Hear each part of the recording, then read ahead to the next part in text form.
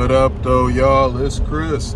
Appreciate you connecting with me while I'm on the run, getting things done.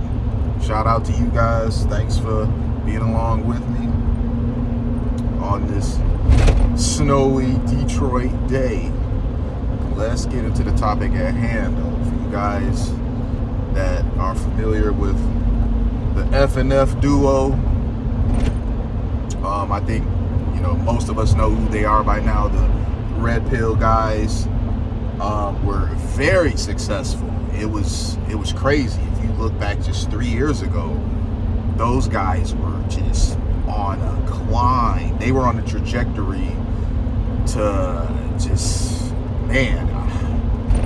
the sky was the limit. I really didn't see a ceiling for them at the time. It was really amazing what they had put together. They kind of, can you say revolutionized? Yeah, they did the whole podcast thing. They had the perfect formula. They were in Miami. They were doing it at night. They were providing drinks for the girls to get them to say goofy stuff. They had the whole GTA aesthetic going for them because they were in Miami, and just nobody had really done a podcast like theirs before. It was new. Now, there's been a bunch of people who have copied their formula to varying levels of success, but because they were like the first ones to really do it the way that they did it, they were highly successful. Man, there's all types of accidents out here today. I was going to try to see if I could show you it, but I didn't want to risk getting into an accident myself. That would have been, instant karma, so just keep my hand on the wheel here. But as I was saying, they were very successful. They had a formula that was just brilliant, really worked, and they spawned a bunch of copycats that have had varying levels of success, but I don't believe any of them really hit like them. I think the only one that's kind of come along to have a similar level of success to them is the Whatever podcast. If I had to say that someone was as successful as them or approaching it would be those guys. I think they copied the formula the most complete of anyone else. But you skip forward to now, they've pretty much lost many of their opportunities. I'm not going to say all, because according to them, they're still good financially. But everyone knows which one of the two it was that ruined opportunities for them to continue on the trajectory that they had. They had no ceiling. They really had no ceiling at the time. You skip forward to now, and they're demonetized here and there. They're kind of seemingly scrambling for other ways to make money, and people make fun of Fresh guy, Walter Weeks, I believe his name is. People make fun of him for kind of bringing nothing to the table, but according to him, he has the networking going, and many people have backed that up, including his partner in crime.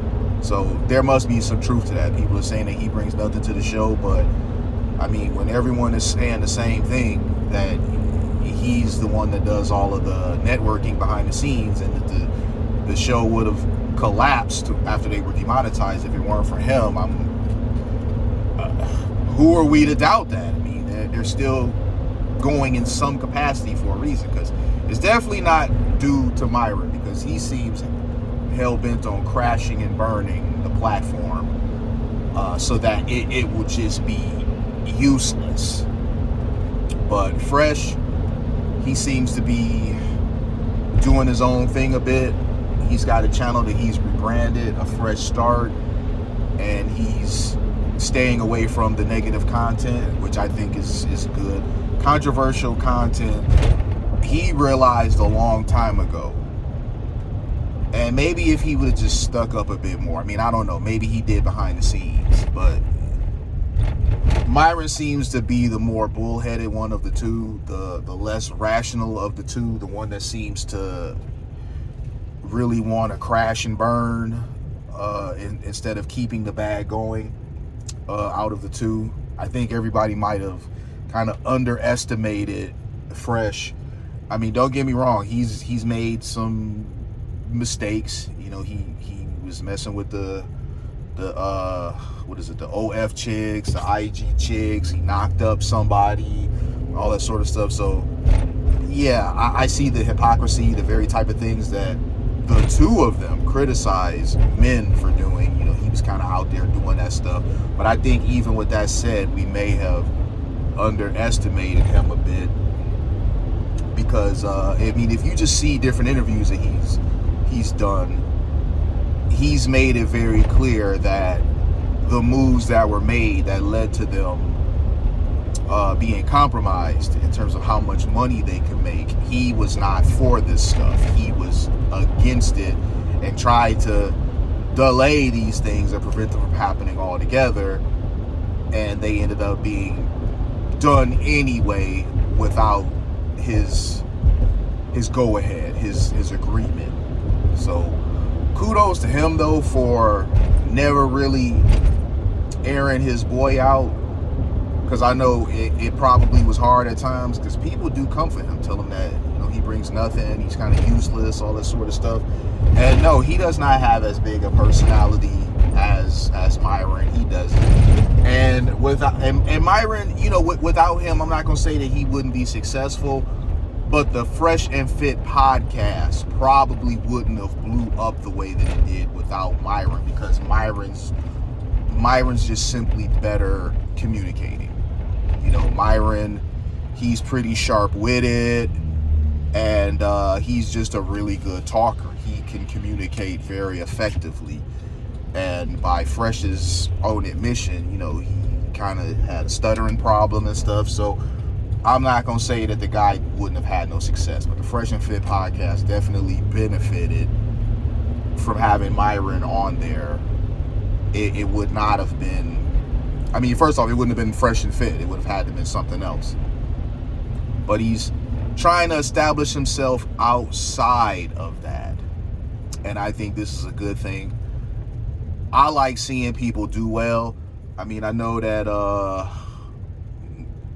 you know, we've all, like, at one point or another been like, I mean, you guys are kind of making your own bed, and now you need to lie in it. But that's not really celebrating anybody's downfall. It's just holding people accountable. It's like, listen, you know, when you do certain things, there's going to be certain consequences. And if you choose to do them anyway, then you have to live with the consequences. That's just simply being an adult. If you know that certain things are going to bring about certain outcomes and you choose to tread headfirst in that direction anyway, you gotta own it when things don't work out for you, because you knew that was the most likely outcome. It's like when he had Sneeko on that time, and I get what he was saying. People were kind of like laughing at him, saying that he was stupid, didn't know what he was talking about. I get what he was trying to say to Sneeko. He just wasn't very good at articulating his point. The point that I believe he was trying to make when talking with Sneeko was that you compromised your own opportunities. You knew that if you said or did certain things, that there would be certain outcomes, and you chose to do them anyway. That's pretty much it. But Sneeko also is kind of a better talker than him, so Sneeko just kind of like would run around him, you know, just ran circles around him, like, what are you saying? What are you saying? No, Sneeko's no dummy. He knew what he was saying, because ultimately his defense was he would rather tell the truth and lose everything, essentially, I'm paraphrasing, than not. So after criticizing Sneeko for doing that, it was just kind of odd that his buddy did the very same thing for them. And, you know, perhaps there's some tension behind the scenes. There's been some blaming behind the scenes. I mean, I'm sure there has been. You know, if you're used to making a certain amount of money and you guys are living high on a hog and someone cost you those opportunities, there's going to be some anger and some resentment behind the scenes. But kudos to him for never airing out his boy. He even now takes the high road when talking about Myron.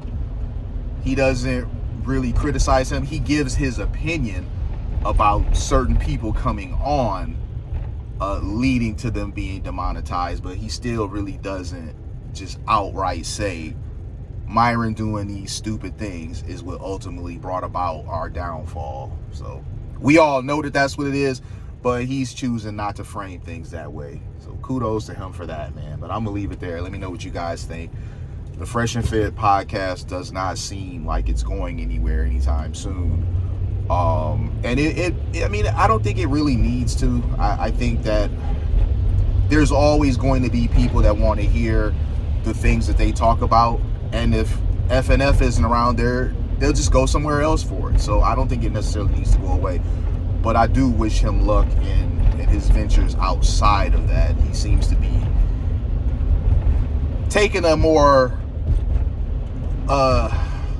safer, less controversial route, if you will, in terms of content creation. And I think that's great for him. So I'm going to holler at y'all, man. Let me keep it moving here. Talk to y'all later. Peace.